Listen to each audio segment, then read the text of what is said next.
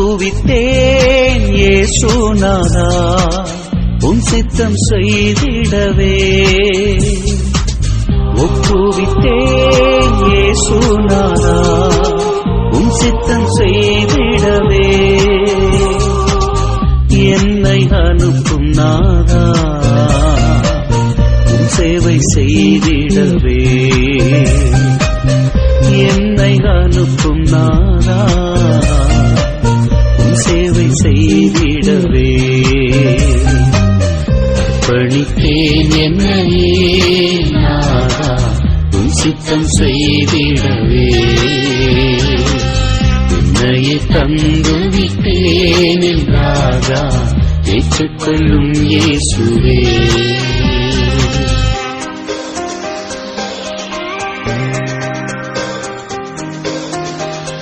நீங்கள் தேடி வந்தவன் நிச்சயம் இவனாக இருக்க முடியாது.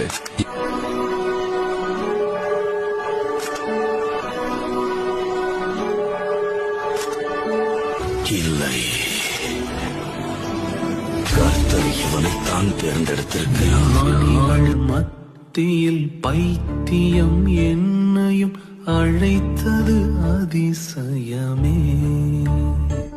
நான் இதற்கான பாத்திரன் அல்ல, இது கிருபையே வேறொன்றும் இல்லை. அவங்க அம்மா, அவங்க சகோதரி சுரேஷ் பாஸ்டருடைய சகோதரி ஏஞ்சல் பாஸ்டர், ஏஞ்சலுடைய பாஸ்டர் அம்மாவுடைய அவங்க அம்மா இருக்கிறாங்க. அவங்க அப்பா எல்லாரும் பாசமும் எங்க குடும்பம் இந்த அளவுக்கு ஈர்க்கப்பட்டதுக்கு முக்கிய காரணமே அவங்க தான். கர்த்தரை எங்களை அழைத்தாங்களோ இவங்களுடைய பாசத்துல நாங்கள் நான் இந்த அளவுக்கு வந்துட்டேன். அங்க தத்திருக்கையில ஃபர்ஸ்ட் எட்வின் அவருடைய துவத்தை கேட்கிறேன். அவருடைய திரவமும் என்ன கட்டிப்பட்டது மாதிரிதான். அதுக்கு பின்னாடி என் வாழ்க்கையில ஒரு போய் பூசாரி ஆகிட்டேன். பூசாரி ஆனதுக்கு அப்புறம் சரி அது நல்லாதான் போயிட்டு இருக்கு அப்படின்னு நினைச்சா, நான் போகிற இடத்துல எங்க குடும்பத்துல இவன் குடும்பமே கிறிஸ்தவனா இருக்கேன், இவங்க என்ன பூசாரி அப்படின்னு எனக்கு ஒரு இது. என் ஒய்ஃபு என் மருமக்கள் எல்லாருமே போய் நான் ஜபத்துக்கு போய் மாமனை பூசாரி நீ என்னத்தை கர்த்தரை கொண்டு போற அப்படின்னு அவங்களுக்கு ஒரு இது.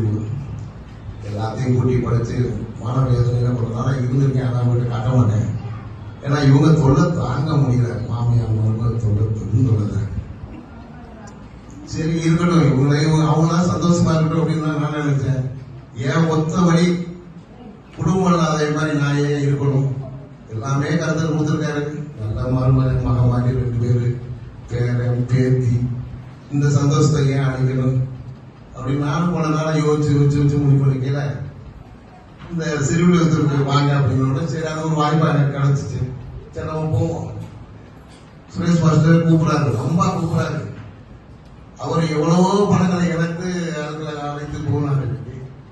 அதே மாதிரி எத்தனையோ மாசங்கள் எத்தனையோ வருஷங்கள் நல்லா இருந்திருக்காரு. கூட்டு போனாங்க. போன உடனே எட்வின் பாஸ்டர் தலையில சுரேஷ் பாஸ்டர் என்னை ஜெர்மன் இந்த பூஜாரியானுக்கு அப்புறம் வைப்பாரு. இங்க வைக்க விடுவாரு, நான் வைக்க விடுறது.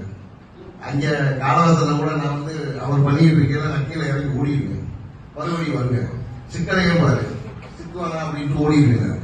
ஆனா இவர்கிட்ட எட்வின் பாஸ்டர் நான் ரொம்ப தான் போய் மண்டையை கொடுத்தேன்.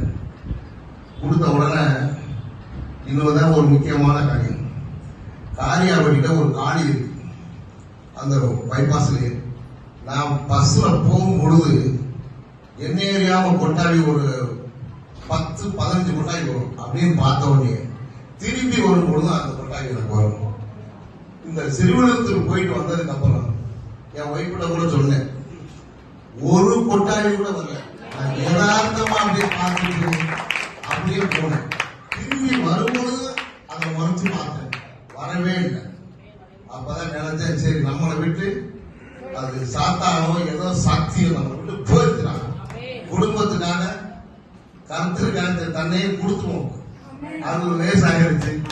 இருக்கிற காரணங்களை கொடுத்துவோம் நானும் வந்துட்டேன். ஆனா இவங்க எல்லாரும் அடைக்கிறோம் பாதுகாக்கும் பொழுது அடைஞ்சு பாஸ்டர் பொழுது இவங்க எல்லாம் நான் திட்டிருக்கேன். என்ன பாஸ்டர் அப்படி பாஸ்டர் எப்படி பாஸ்டர் அப்போ ஒரு பாஸ்டர் சொன்னாரு, நீங்க தான் வரையாம சிக்குவீங்க அப்படின்னு சொன்னாரு. எட்வின் பாஸ்டர் சொன்னாரு, நீங்க சிக்குவீங்க அப்படின்னாரு.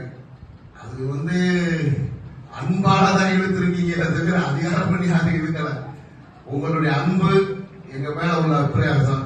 அப்புறம் எல்லாரும் சொல்லுவீங்க குடும்பமே வந்துட்டோம் அப்படின்னு எல்லாரும் நீங்க பெருமை அடைக்காதீங்க. இந்த சுரேஷ் பாஸ்டர், இந்த ஏஞ்சல் சிஸ்டர் என் வீட்டுக்கு எந்த நேரமும் நைட்டு நேரங்கள்ல இரவு நேரத்துல எல்லாம் வருவாங்க, வந்து ஜெபம் பண்ணுவாங்க. அதெல்லாம் வாழ்க்கையில் அவ்வளவு சீக்கிரம் மறக்க முடியாது. அவங்க முத வரும்பொழுது வாடகை வீடு வேண்டியது. முன்னாடி என்னுடைய வேற இடம், இடமா இருந்தாலும் வேற இடம். இன்னைக்கு அந்த இடமும் எனக்கு அந்த வீடும் என் பிள்ளைய வாங்கிட்டாங்க. வாங்கும்போது நான் ஒரு தரமான மனுஷனாக உட்காந்துருக்கேன். அடுத்த வீடு தானே அப்படின்னு படுத்திருப்பேன். ஆனா நான் தூங்கவே இது என்னைக்கு நம்ம வீடு நான் அன்னைக்கு நினைச்சிருக்கலாம். ஆனா என் உள்ள மூத்தவன் அந்த வீடையும் வாங்கி அந்த முன்னாடி உள்ள இடத்தையும் வாங்கி இன்னைக்கு நம்ம ஜெபம் பண்ணாலும் என்ன பண்ணாலும் யாரும் கேட்க முடியாத நிலைமைக்கு இந்த கர்த்தரை எனக்கு கொடுத்துருக்காங்க. சந்தோஷம். எனக்காக ஜெபம் பண்ண சுரேஷ் பாஸ்டர், நம்ம சகோதரி ஏஞ்சல் அவர்களுக்கும், எட்வின் பாஸ்டர் உங்களுக்கும் நான் உங்களுக்கு கோடான கோடி நன்றியை சொல்லிக்கிறேன். நீங்க சொன்னீங்க செல்லுக்கு வாங்க அப்படின்னு. பத்திராளுக்கு கண்டிப்பா வரையில 2-3 ஆத்மாவை கூட்டிட்டு வரேன். ஏதோ என்னால முடிஞ்ச அளவுக்கு ஏதோ பண்ண சொல்றாரு. நான் வேணா ஒரு 3 அரிசி வேணா வாங்கி தந்துடுறேன். ஏன்னா நீங்க அந்த அளவுக்கு அன்னைக்கு நீங்க நடத்துற மாதிரி நடத்த முடியாது.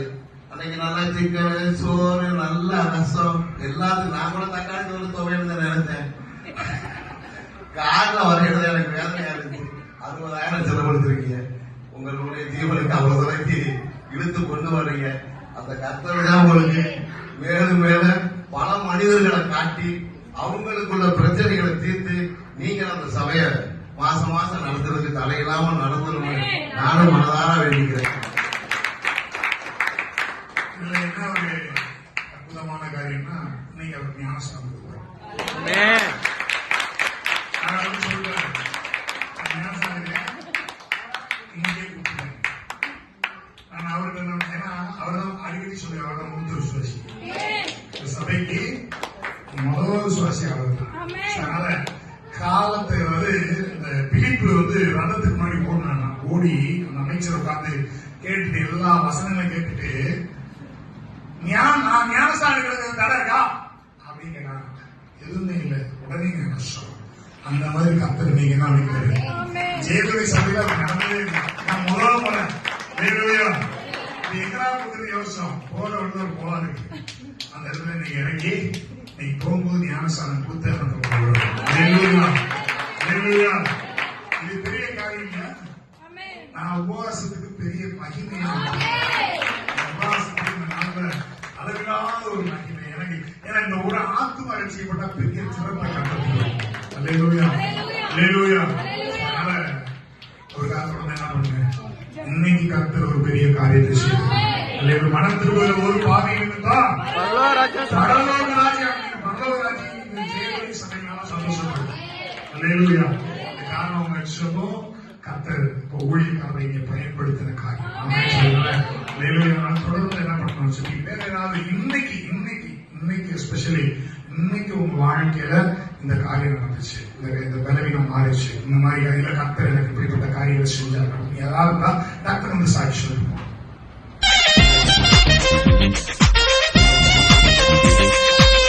ஒப்புவித்தேன் இயேசுநாதா உம் சித்தம் செய்திடவே. ஒப்புவித்தேன் இயேசுநாதா உம் சித்தம் செய்திடவே. என்னை அனுப்பும் நாதா உம் சேவை செய்திடவே. என்னை அனுப்பும் நாதா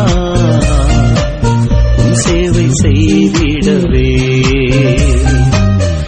பணித்தேன் என்னையே நாதா உம் சித்தம் செய்திடவே.